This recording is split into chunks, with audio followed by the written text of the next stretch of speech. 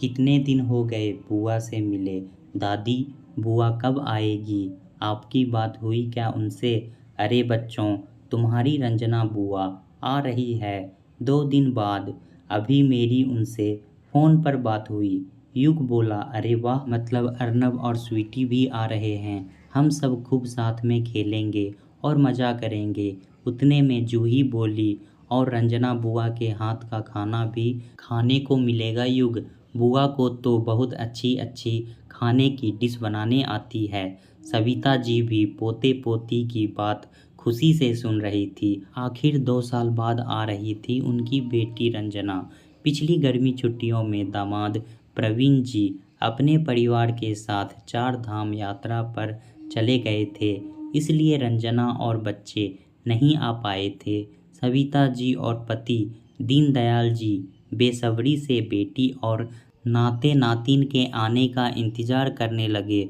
2 दिन बाद रंजना बच्चों के साथ अपने मायके आ गई। भाई दिलीप और भाभी अनिका ने भी उसका स्वागत किया। शाम होते ही युग और जूही बोले, बुआ, आप तो बहुत अच्छा खाना बनाती हो। हमें आपके हाथ का पिज्ज़ा और पास्ता खाने का मन कर रहा है। सविता जी बोली, बच्चों, बुआ आज ही तो आई है, आज तो रुक जाओ।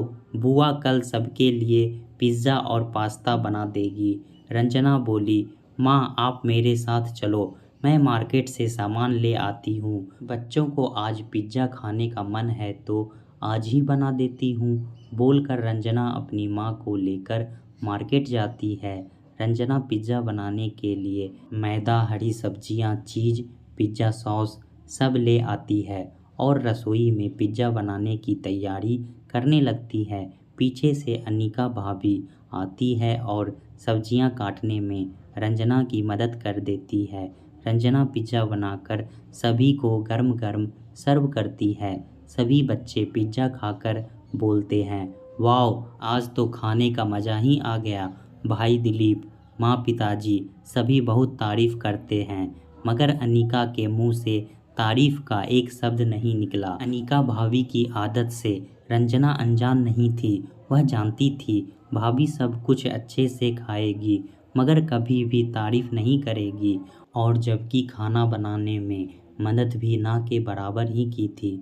रसोई में आकर सब्जियों को चॉपर में काट दिया था बस। रंजना जानती थी उसके मायके आने के बाद अनिका भाभी और भी बेफिक्र हो जाती है और घर के खाने की सारी जिम्मेदारी रंजना पर आ जाती है। मगर रंजना कभी कुछ नहीं कहती थी, क्योंकि वह तो सिर्फ अपने मम्मी पापा के लिए ही आती थी। ऐसा बात नहीं था कि उसने कभी भाभी को अपना नहीं माना, बल्कि रंजना ने तो हर पल भाभी को बहन बनाने की कोशिश की थी। मगर अनिका, उसने कभी ननद रंजना को वह प्यार नहीं दिया। रंजना कभी इन बातों को बोलकर नहीं जताती थी। उसे तो बस घर में शांति चाहिए थी। वह नहीं चाहती थी कि इन बातों का बखेड़ा बने और घर में झगड़े हो। रंजना जब भी मायके आती, ज़्यादातर वही मार्केट चली जाती और घर की सब्जियां, फल इत्यादि ले आती। पैसे भी वही निकाल कर देती। रंजना के माँ पिताजी अक्सर रंजना को मायके आकर खर्च करने से मना करते, मगर रंजना कहती, आप लोग मेरे अपने हो, कोई पराये नहीं जो मुझे पैसा निकालने के लिए मना करते। आखिर खून का रिश्ता है मेरा आपके साथ।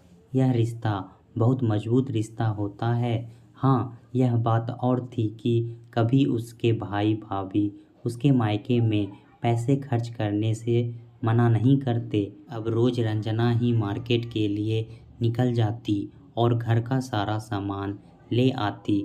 रंजना की अपने ससुराल में भी सुबह जल्दी उठने की आदत थी, इसलिए उसे मायके में भी ज़्यादा देर सोया नहीं जाता। वह यहाँ भी जल्दी उठकर सभी के लिए चाय नाश्ता बना देती और खाने की तैयारी भी लगभग कर देती। सविता जी भी बेटी के साथ मिलकर काम संभाल लेती, क्योंकि वे जानती थी उनकी बहू अनिका तो 9 या 9:30 बजे से पहले उठती नहीं है। अनिका जब उठती तो चाय नाश्ता लेकर अपने कमरे में चली जाती। शुरुआती 2-3 दिन तो उसने ननद रंजना से दिखावटी बातें कर ली, मगर अब वह वापस रोज की तरह ज़्यादातर अपने कमरे में ही रहती। रंजना के दोनों बच्चों को आज आइसक्रीम खाने का मन कर रहा था। वे बोले, मम्मा यहाँ आए 10 दिन हो गए, हमने एक बार भी आइसक्रीम नहीं खाई, आज आइसक्रीम खिलाओ ना प्लीज़। वहीं बैठा भाई दिलीप बोला, अरे बच्चों, आजकल तो सब ऑनलाइन ऑर्डर हो जाता है, मम्मी से बोलो कि आइसक्रीम ऑनलाइन ऑर्डर कर दे। वो क्या है ना, मैं ही ऑर्डर कर देता, मगर मेरे मोबाइल में नेट ख़त्म हो गया है। रंजना बोली, कोई बात नहीं दिलीप, मैं सभी के लिए आइसक्रीम ऑर्डर कर देती हूँ।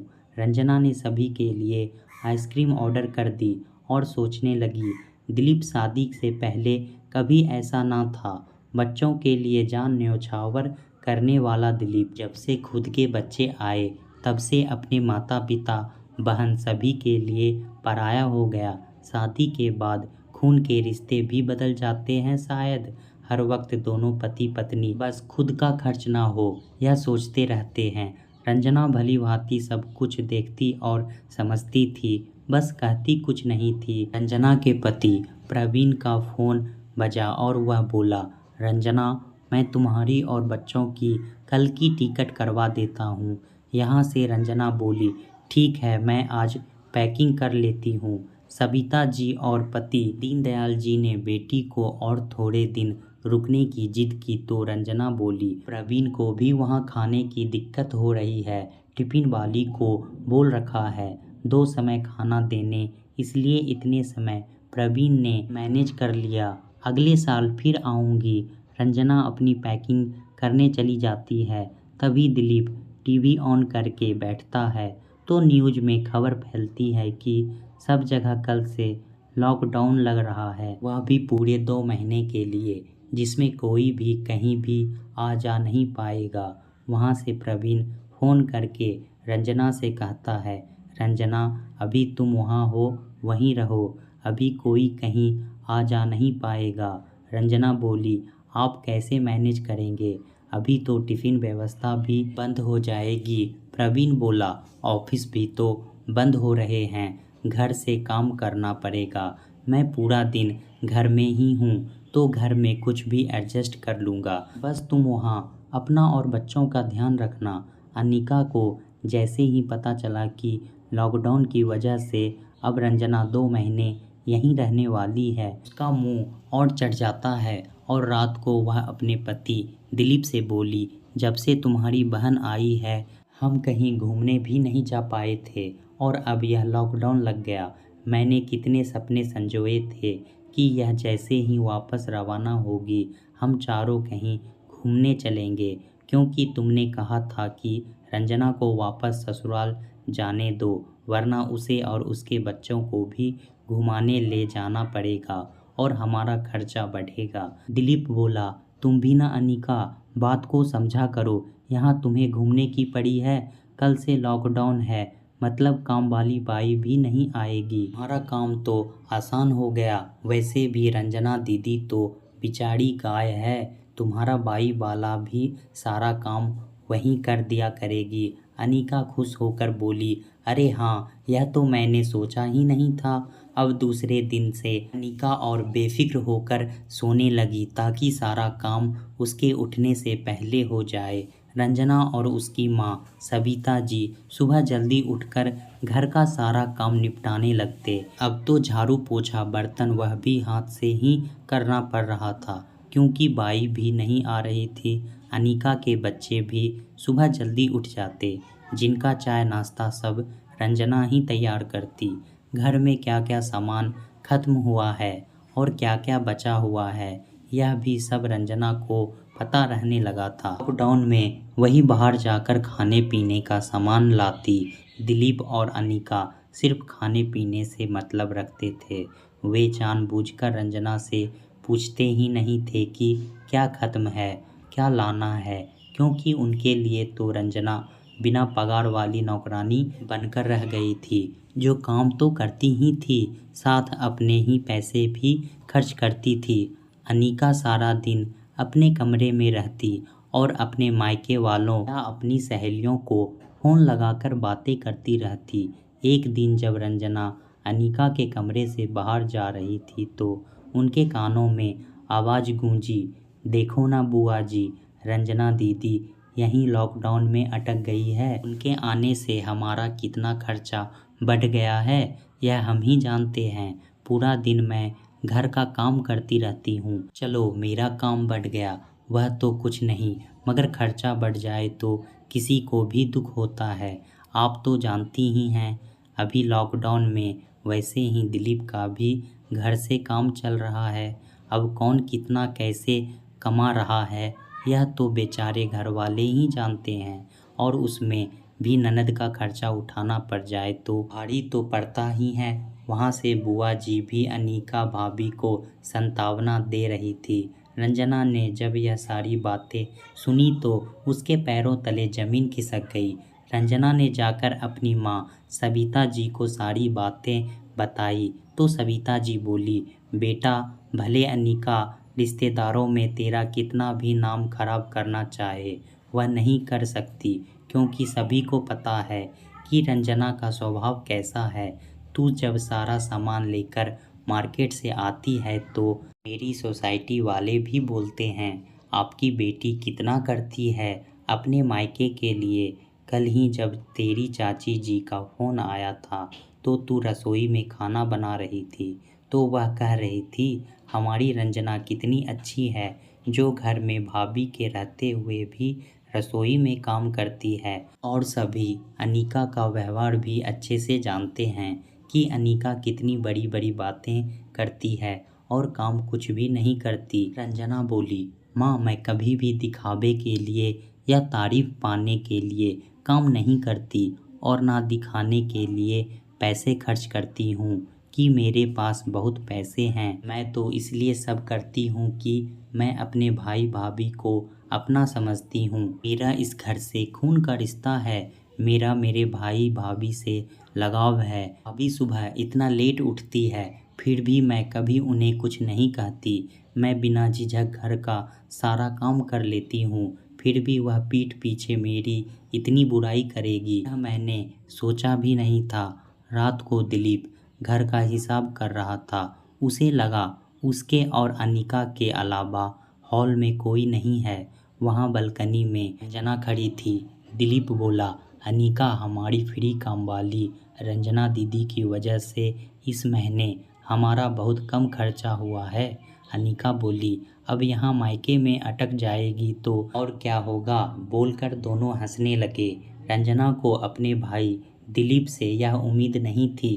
उसे दिलीप और अनिका की बातें दिल से लग जाती है और दूसरे दिन रंजना की तबीयत बहुत ख़राब हो जाती है। उसे सुबह उठा तक नहीं जाता है।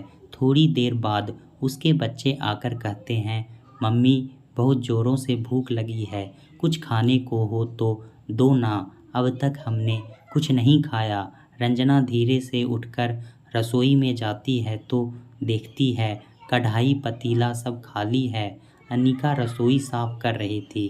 रंजना बोली, भाभी आपने अब तक बच्चों को कुछ खाने नहीं दिया क्या? अनिका चिल्लाकर बोली, मैं आपके बच्चों की नौकरानी नहीं हूँ, समझी, जो आप रसोई रहे और मैं इनको सब बना बना कर दूँ।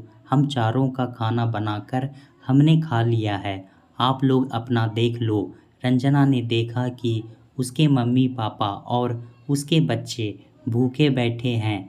रंजना आज बहुत गुस्से में थी। जब कोई इंसान रोज सबके लिए काम करता है और वह एक दिन काम नहीं कर पाता तो ज़रूरत के समय उसकी कोई मदद नहीं करता। मतलब मेरे इतने दिनों तक यहाँ रहने का बदला ऐसे चुकाएगी उसकी भाभी, यह उसने कभी नहीं सोचा था। सविता जी ने जल्दी से उन सभी के लिए खिचड़ी बनाई और सभी को खिलाई। उतने में रंजना की ननद तन्नू का फ़ोन आ जाता है, जो उसके मायके से कुछ किलोमीटर की दूरी पर ही रहती है। उनके पति अजीत बहुत बड़े अफसर थे। रंजना बोली, दीदी क्या आप मेरे यहाँ से निकलने का कुछ इंतज़ाम कर सकती हैं? अब बहुत दिन हो गए मुझे यहाँ। वहाँ प्रवीण अकेले है। तनु बोली, भाभी मैं कल ही आपको लेने आती हूँ। अजीत आपका पास बनवा देंगे जिससे आप वापस प्रवीण के पास जा सकती हैं। दूसरे दिन अजीत और तनु रंजना को उसके मायके लेने पहुंच जाते हैं। रंजना ने जाने के लिए पैकिंग कर रखी थी और ननद नंदोई के लिए खाना और मीठा भी बनाकर रखा था, क्योंकि वह जानती थी उसकी भाभी तो कुछ करने वाली नहीं। सभी ने खाना खाया और वे लोग जाने के लिए कार में बैठ गए। पीछे से दिलीप और अनिका भागकर आए और बोले, दीदी कुछ गलती हुई हो तो माफ़ करना, और दोनों बच्चों को 500 रुपए पकड़ाते हुए बोले, हमारी तरफ से बच्चों के लिए कुछ कपड़े ले लेना। रंजना ने बदले में 2000 का नोट पकड़ाते हुए अनिका से कहा, यह लो मेरी तरफ से आपके बच्चों के लिए कपड़े ले लेना। रास्ते में रंजना सोचने लगी, जब मेरे साथ इतना बुरा व्यवहार करना था तो अब अंत में यह सब दिखावा क्यों, बस इसलिए कि दूसरों के सामने अच्छा कैसे बना जाए। लॉकडाउन की वजह से आज सारे रिश्ते बेनकाब हो गए थे।